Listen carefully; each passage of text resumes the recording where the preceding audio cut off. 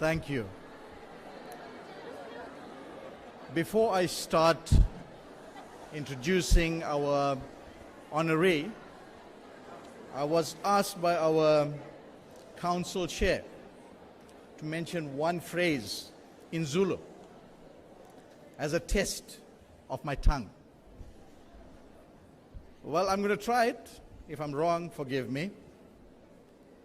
And because it's fitting for Women's Month, the phrase will follow in terms of something in line of a woman. Right? And here goes. Don't laugh. Watinta abafasi, watinta mbokoto.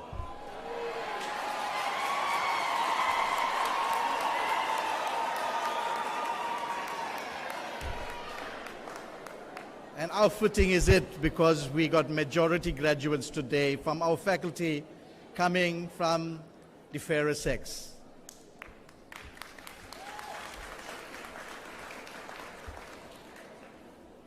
That being said, my task is a difficult task, because to emulate the person that we are honoring is actually quite difficult.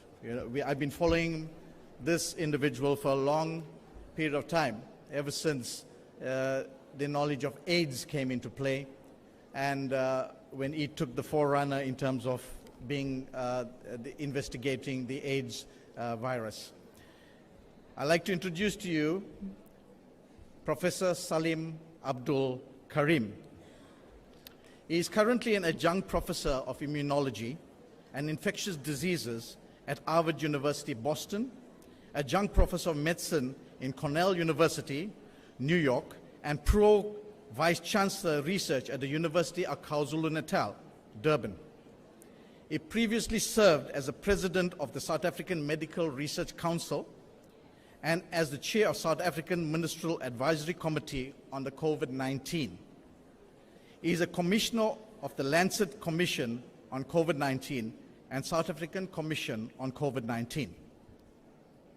Professor Abdul Karim is ranked among the world's most highly cited scientists by Web of Science.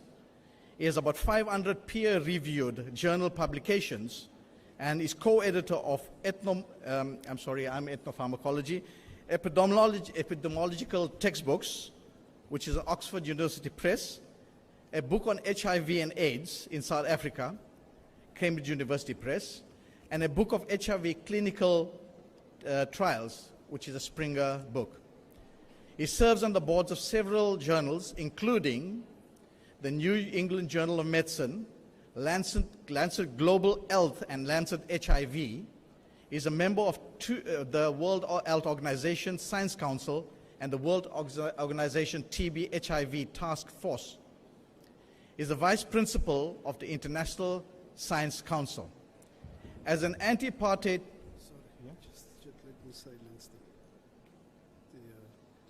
Sicela nihloniphe umcimbi wenu.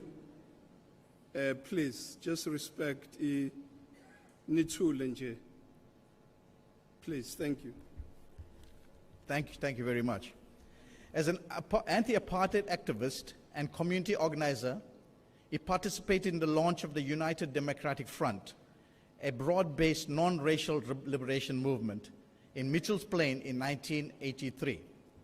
In 1984, he played a key role in creating and building an anti-apartheid organization for doctors and dentists known as NAMDA, National Medical and Dental Association. That's the acronym which I told you, that fought against racial and gender disparities in health. He currently serves as an advisory board member of Physicians for Human Rights.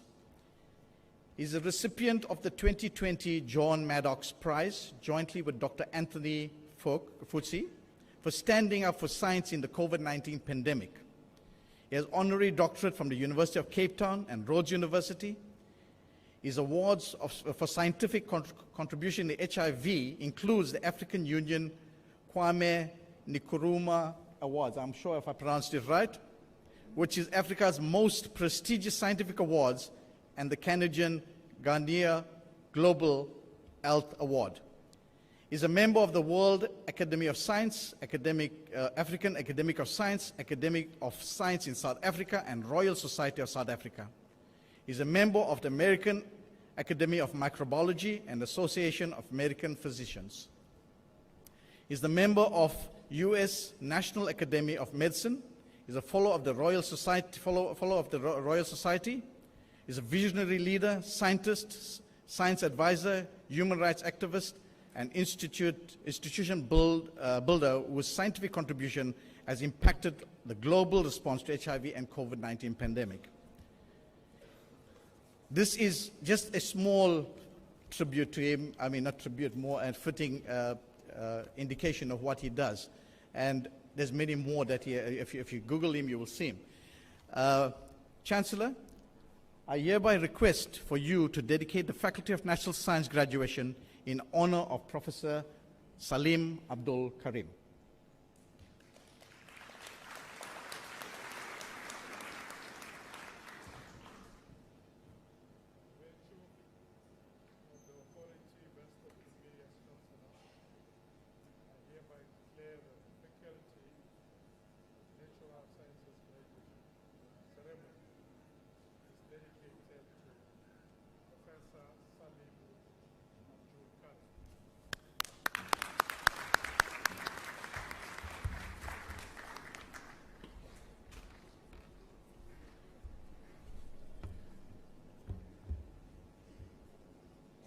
The Chancellor, Vice-Chancellor, Chair of Council, members of Council, university leadership, deans, lecturers, students, parents, family, ladies and gentlemen, I am deeply honored to be with you here today and to have the ceremony dedicated in my honor.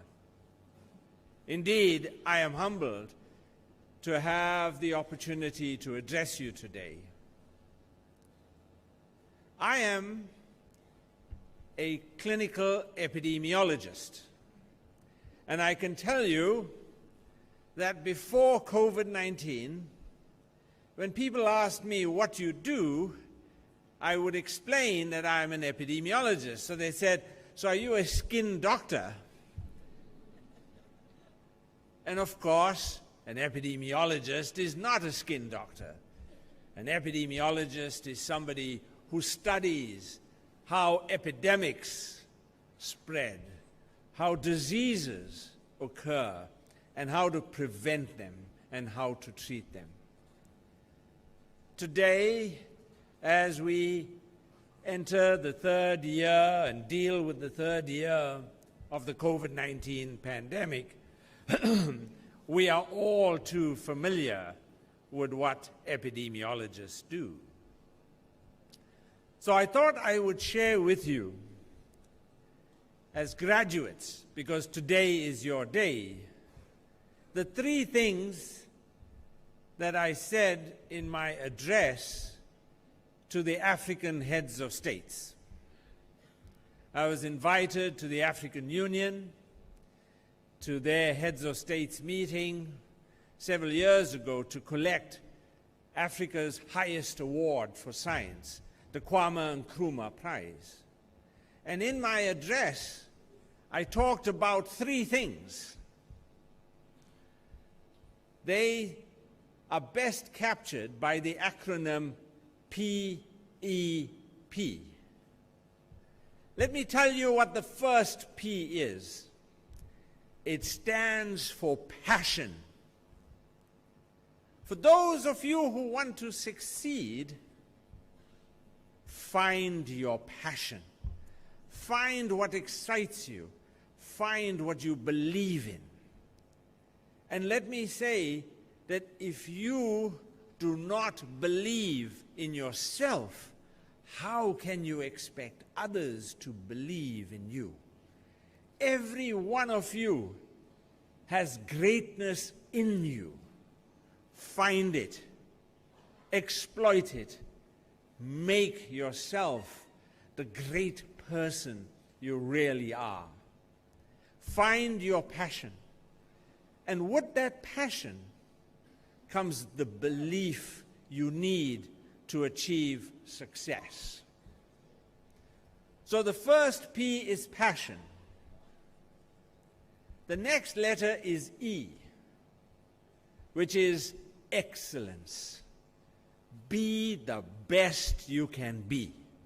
Study, achieve knowledge to the best of your ability.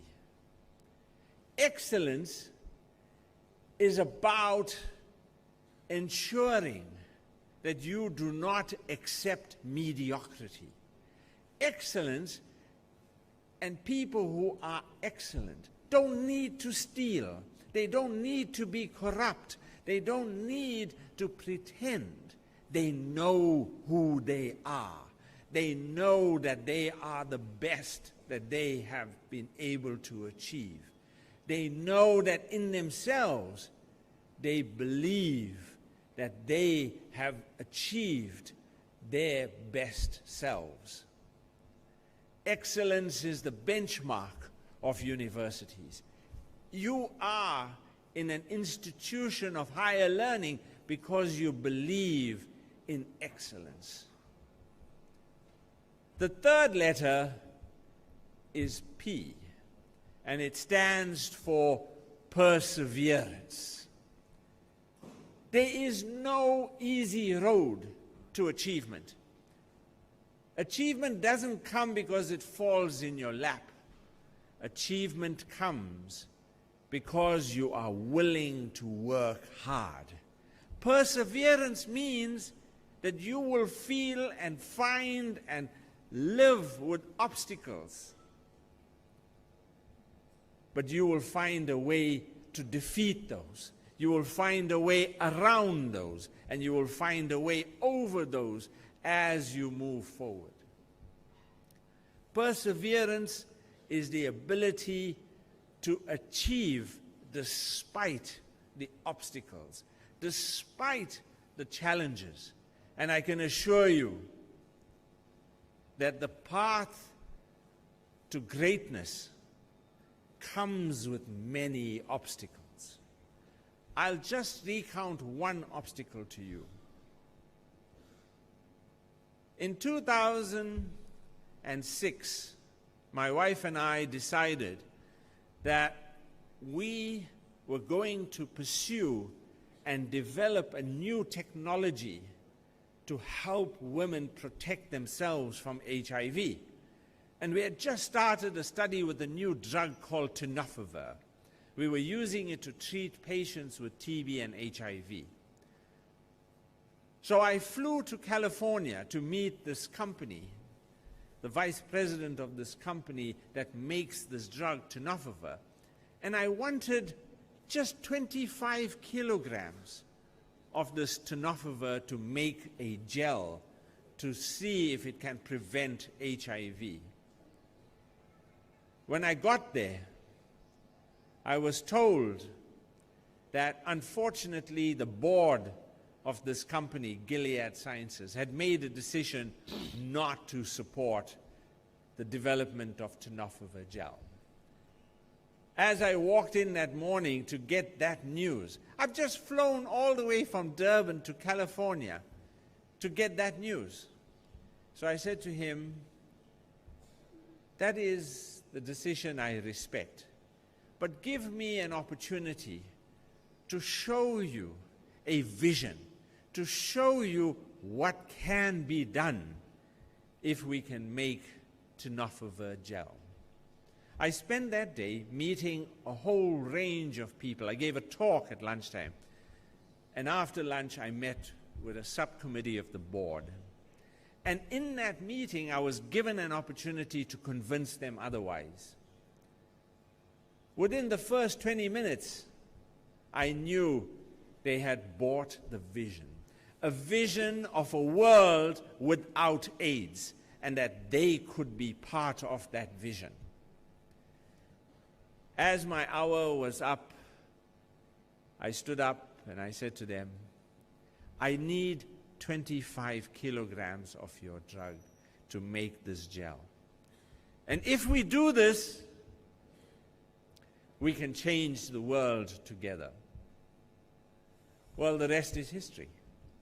They provided us the drug, we made tenofovir gel, we tested it, and we showed for the first time that we could prevent the spread of HIV through sexual transmission. That is the mark of perseverance.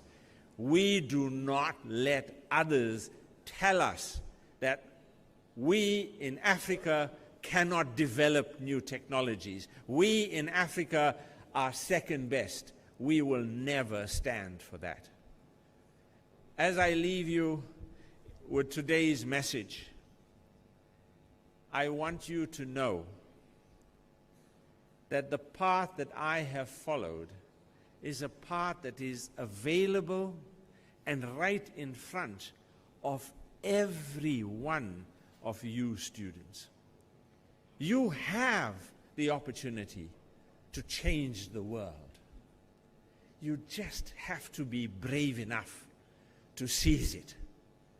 Let me say to one and all, to all of the families, today is a wonderful day for you with your children here graduating, achieving a major milestone on their path to success.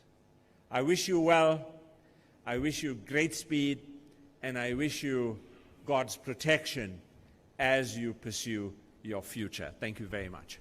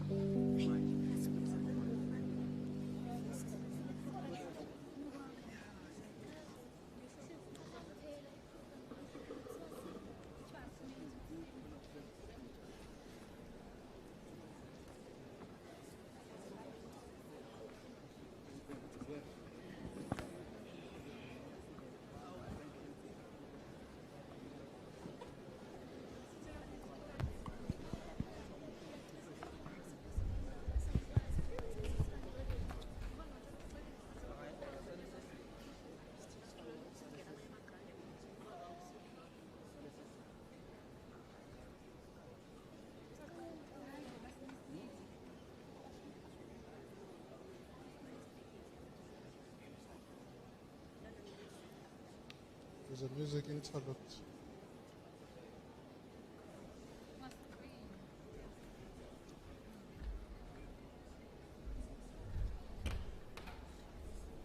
Okay, I think.